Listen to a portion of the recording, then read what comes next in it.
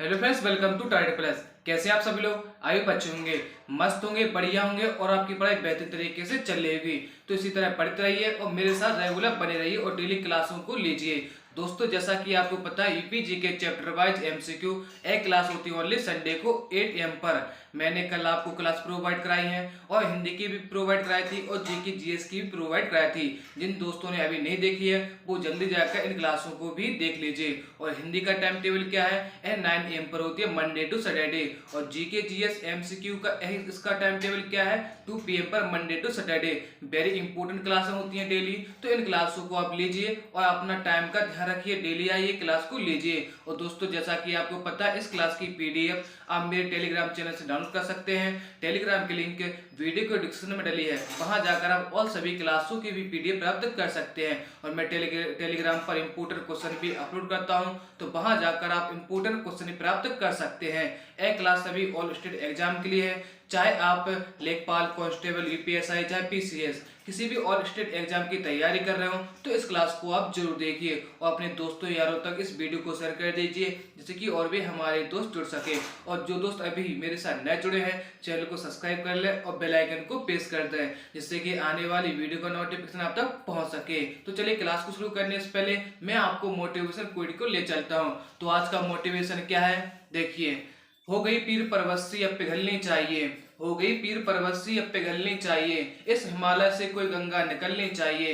सिर्फ हंगामा खड़ा करना मेरा मकसद नहीं, सिर्फ हंगामा खड़ा करना मेरा मकसद नहीं, सारी कोशिश है कि ये सूरत बदलनी चाहिए। मेरे सीने में नहीं तो तेरे सीने में सही, हो कहीं भी आग लेकिन आग लगनी चाहिए। दोस्तों, इसी मोटिवेशन को आप अपने माइंड में रखिए और इसी जुनून के साथ डेली पढ़ाई करते रहिए और रेगुलर क्लासें लेते रहिए। तो चलिए, पहले प्रश्न की ओर बढ़ते हैं। पहला प्रश्न क्या है दोस्तों, जैसा कि आपको पता है कि आज मैं रस से संबंधित इंपोर्टेंट क्वेश्चनों को डिस्कस करने वाला हूं, तो वेरी इंपोर्टेंट क्लास होने वाली है, तो इस क्लास को आप जरूर देखिए। तो चलिए, पहला प्रश्न आपको दिख रहा होगा, तो बताइए पहला प्रश्न का आंसर क्या होगा। देखिए, पहला प्रश्न है, स्थायी भावों की कुल संख्या है, बताइए कितनी है। इससे पहले मैं स्टार्ट करने से पहले मैं आपको बता दूं रस कितने प्रकार के होते हैं। देखिए, तो रस होते हैं कितने प्रकार के, ए होते हैं कुल 11 प्रकार के होते हैं। तो ए कौन कौन से होते हैं, इनके बारे में मैं आपको बता देता हूं और इसका स्थायी भाव भी बता देता हूं क्या है।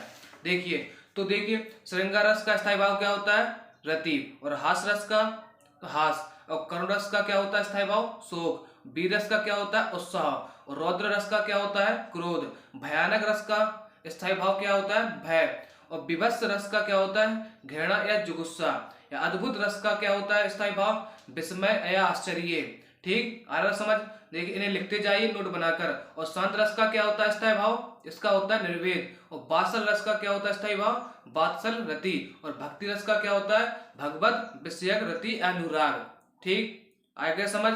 चलिए, तो बताइए पहला प्रश्न का उत्तर क्या होगा। तो पहले प्रश्न का उत्तर हो जाएगा, क्या हो जाएगा, 9, सॉरी बी, यानी 10। चलिए नेक्स्ट प्रश्न की ओर। शांत रस का स्थायी भाव क्या है, शांत रस का स्थायी भाव क्या है, जुगुस्सा, क्रोध, शोक या निर्मेद। मैंने अभी आपको बताया है, आपको ध्यान होगा तो आप बता सकते हैं इसका उत्तर क्या होगा। बताइए, जल्दी से बताइए क्या हो जाएगा। देखिए, तो इसका आंसर हो जाएगा, शांत रस का स्थायी भाव क्या होता है, निर्वेद। नेक्स्ट, श्रृंगार रस का स्थायी भाव क्या है, श्रृंगार रस का स्थायी भाव क्या है, उत्साह, शोक या हास या रति। तो क्वेश्चन 3 का आंसर क्या हो जाएगा, बी, शोक। नेक्स्ट, विस्मय स्थायी भाव किस रस में होता है, विस्मय स्थायी भाव किस रस में होता है, हास्य, शांत, अद्भुत या बीभत्स। तो क्वेश्चन 4 का आंसर क्या हो जाएगा, तो क्वेश्चन 4 का आंसर हो जाएगा क्या, डी, यानी बीभत्स। नेक्स्ट प्रश्न की ओर बढ़ते हैं। नेक्स्ट प्रश्न क्या है, किलक अरे मैं नेह निहारू, इन दांतों पर मोती बारू, इन पंक्तियों में कौन सा रस है। तो क्वेश्चन 5 का आंसर बताइए क्या हो जाएगा। तो इसका आंसर हो जाएगा 5 का ए, बी रस। नेक्स्ट, देखिए नेक्स्ट प्रश्न को पढ़िए ध्यान से। अति मलिन ब्रस भानु कुमारी, अति मलिन ब्रस भानु कुमारी, अघो मुख रहित उरध नहीं, चितबत ज्यों गत हारे यकित जुआरी, छूटे चिहुर बदन कुंभी लानो, ज्यों नलिनी हिमकर की मारी। प्रस्तुत पंक्तियों में कौन सा रस है? आप ध्यान से पढ़िए, समझिए इनमें कौन सा रस है। हास्य है या करुण है या विप्रलंब है या संयोग श्रृंगार है? तो इसमें कौन सा सही उत्तर हो जाएगा? तो इसमें सही उत्तर हो जाएगा डी, यानी संयोग श्रृंगार। नेक्स्ट, सर्वश्रेष्ठ रस किसे माना जाता है? तो इसका आंसर क्या होगा दोस्तों? जल्दी से बताइए दोस्तों। वीडियो को लाइक करते रहिए, शेयर करते रहिए और चैनल को सब्सक्राइब भी करते रहिए। बताइए क्वेश्चन 7 का आंसर क्या हो जाएगा? तो इसका आंसर हो जाएगा वीर रस। चलिए आगे बढ़े। सर्वश्रेष्ठ रस किसे कहा जाता है? वीर रस को। नेक्स्ट, कवि बिहारी मुखता किस रस के कवि हैं? कवि बिहारी मुखता किस रस के कवि हैं? करुण, भक्ति, श्रृंगार या वीर रस? बताइए। तो इसका आंसर क्या होगा दोस्तों? इसका आंसर हो जाएगा क्वेश्चन 8 का आंसर क्या होगा? तो इसका आंसर हो जाएगा डी, यानी वीर रस। चलिए नेक्स्ट प्रश्न क्यों पढ़ते हैं। नेक्स्ट प्रश्न क्या है? 9। देखिए क्वेश्चन 9 को पढ़िए और बताइए इसका आंसर क्या होगा। क्वेश्चन 9 का आंसर क्या होगा? ध्यान से पढ़िए। मेरे तो गिरिधर गोपाल, दूसरो ना कोई, जाके सिर मोर मुकुट मेरो पति सोई। इन पंक्तियों में कौन सा रस है? शांत, श्रृंगार, करुण या हास्य? तो क्वेश्चन 9 का आंसर हो जाएगा ए, यानी शांत रस। चलिए आगे बढ़े। चलिए अगली प्रश्न को पढ़ते हैं। शोभित कर नवनीत लिए घुट रूनी, चलत रेणु तन मंडित, मुख दधी लेप किए। इन पंक्तियों में कौन सा रस है? श्रृंगार रस है या हास रस है या करुण है या वात्सल्य है? बताइए। तो इसमें आंसर क्या हो जाएगा? हास रस। नेक्स्ट, रसोपति में आश्रय की चेष्टा क्या कही जाती है? रसोपति में आश्रय की चेष्टा को क्या कहा जाता है? विभाव, आलंबन या अनुभाव या उद्दीपन? तो इसमें आंसर क्या हो जाएगा क्वेश्चन 11 का? तो इसका आंसर हो जाएगा विभाव। नेक्स्ट प्रश्न, टा, ठा, डा, ढा वर्णों के प्रयोग का संबंध काव्य के किस गुण से है? तो बताइए किस गुण से है? माधुर्य, ओज, प्रसाद, इनमें से कोई नहीं। तो इसका आंसर क्या हो जाएगा? क्वेश्चन 12 का आंसर हो जाएगा ओज, यानी बी ऑप्शन। चलिए आगे बढ़े। माधुर्य गुण का किस रस में प्रयोग होता है? माधुर्य गुण का किस रस में प्रयोग होता है? शांत में होता है या श्रृंगार रस में होता है या भयानक में होता है या रौद्र में होता है? तो इसका आंसर क्या होगा? तो इसका आंसर क्या हो जाएगा? भयानक में होता है। चलिए नेक्स्ट देखिए, नेक्स्ट प्रश्न क्या है? प्रिय पति वह मेरा प्राण प्यारा कहाँ है? प्रिय पति वह मेरा प्राण प्यारा कहाँ है? दुख जल निधि डूबी सहारा कहाँ है? इन पंक्तियों में कौन सा स्थायी भाव है? विस्मय, रति, शोक या क्रोध? तो इसका आंसर क्या हो जाएगा? शोक, यानी सी ऑप्शन। चलें आगे बढ़े। एक आपसे इस तरीके से पूछ सकता है इसमें कौन सा रस है, तो आप बता सकते हैं शोक किसका है? शोक स्थायी भाव किसका है? तो यह करुण रस का। किसका? करुण रस का।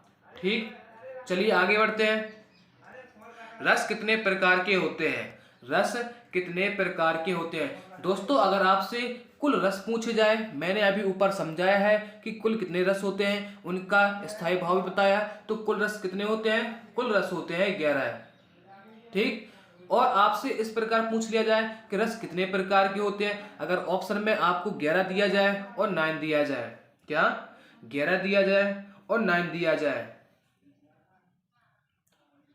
तो वहां पर आपको काफी कंफ्यूज भी कर सकते हैं। अगर आपको 9 भी दिया जाए और 8 भी दिया जाए, तो मैं इन सभी को अच्छी तरीके से समझाऊंगा कि 8 किसके द्वारा माने जाते हैं रस, या 9 किसके द्वारा माने जाते हैं, या 8 किसके द्वारा माने जाते हैं, या 11 किसके द्वारा माने जाते हैं रस। ठीक, तो रस कितने प्रकार के होते हैं इसमें आपको बताया गया है 8 प्रकार के। ठीक, चलिए आगे बढ़े। वो तो आपके ऑप्शन पर डिपेंड करेगा कि आपके ऑप्शन में क्या लिखा है क्या नहीं लिखा है, तो आप उसी आधार से आप आंसर बता सकते हैं। ठीक दोस्तों, चलिए आगे बढ़ते हैं।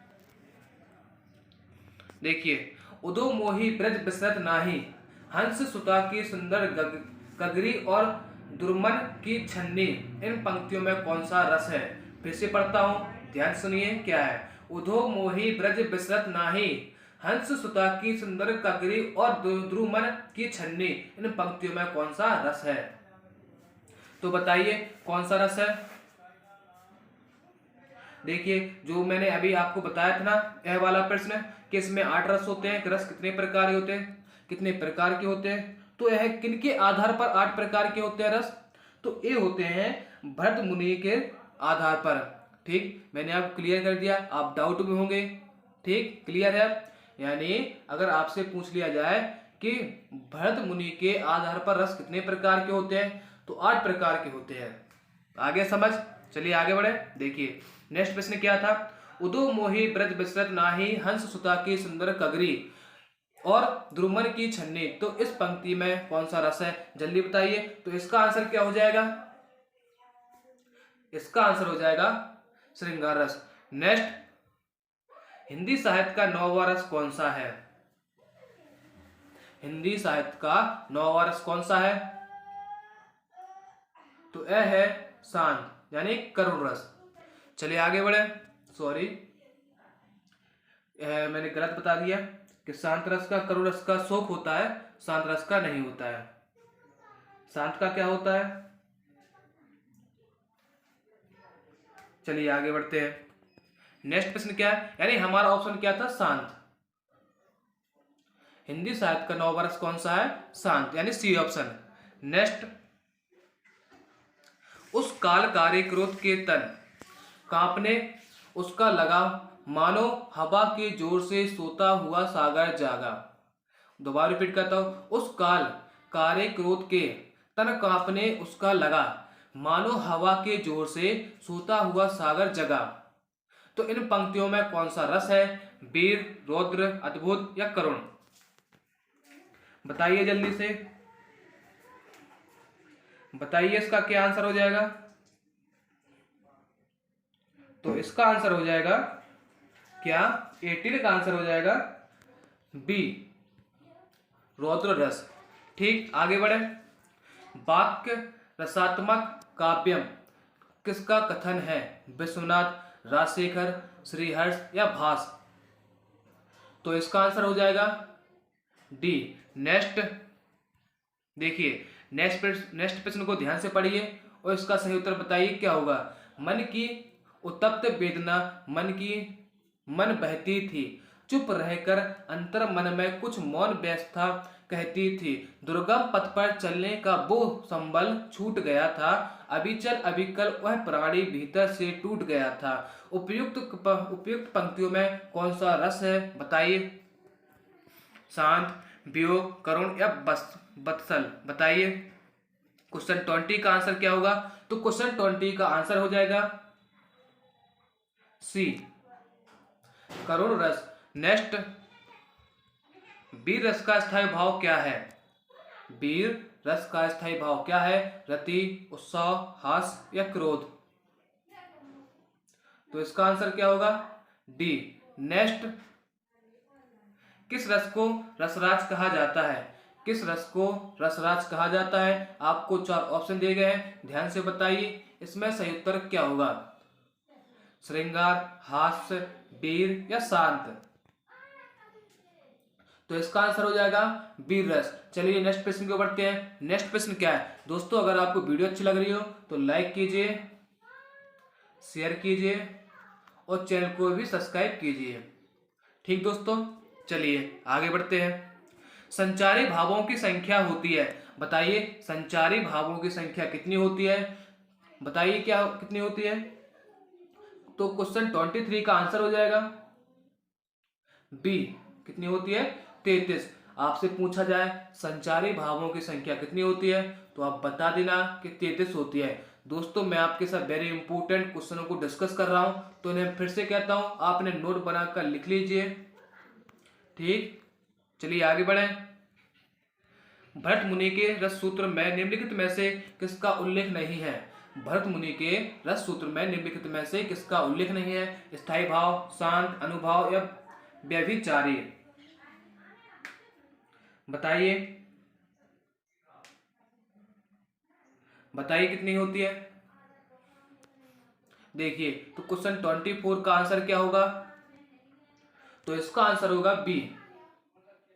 क्या होगा? बी, यानी शांत रस। नेक्स्ट, इस क्लास का अंतिम प्रश्न, इसे सोच समझ के बताइए क्या उत्तर होगा। भरत मुनि के अनुसार रसों की संख्या कितनी होती है? मैंने ऊपर समझाया था कि भरत मुनि के आधार पर कितने होते हैं रसों की संख्या? 8 होती है। ठीक, आगे समझ। और दोस्तों मैं आपको एक और बात बताना चाहता हूं कि जो आपसे अगर रस पूछे जाए मूलतः रसों की संख्या कितनी होती है, मूलतः तो कितनी होती है? 9। ठीक, अगर आपसे ऐसा दे दिया जाए कि रसों की संख्या कितनी होती है तो आप डाउट में रहेंगे। आपको वहां पर ऑप्शन दे दिया जाए 8 दे दिया जाए या 9 दे दिया जाए या 11 दे दिया जाए तो आप कंफ्यूज में रहेंगे। तो मैं से आपको क्लियर कर देता हूं। तो आप क्या करना, रसों की संख्या पूछे ठीक तो आप 9 लगा देना। ठीक, और अगर आपसे पूछे भरत मुनि के आधार पर पूछे तो आप 11 बता देना। आपसे कुल पूछे कि कितने होते हैं रस तो आप बता देना 11 होते हैं। ठीक दोस्तों, आपको मैंने पहले वाले प्रश्न में 8 लगाया था। अगर आप कंफ्यूज हो तो वहां पर आप 9 भी लगा सकते हैं, मैंने आपको बता दिया। ठीक दोस्तों, अगर आपको दोस्तों वीडियो अच्छी लगी हो तो लाइक कीजिए और मुझे कमेंट करके बताइए आपको वीडियो कैसी लगी है। Thanks for watching, bye.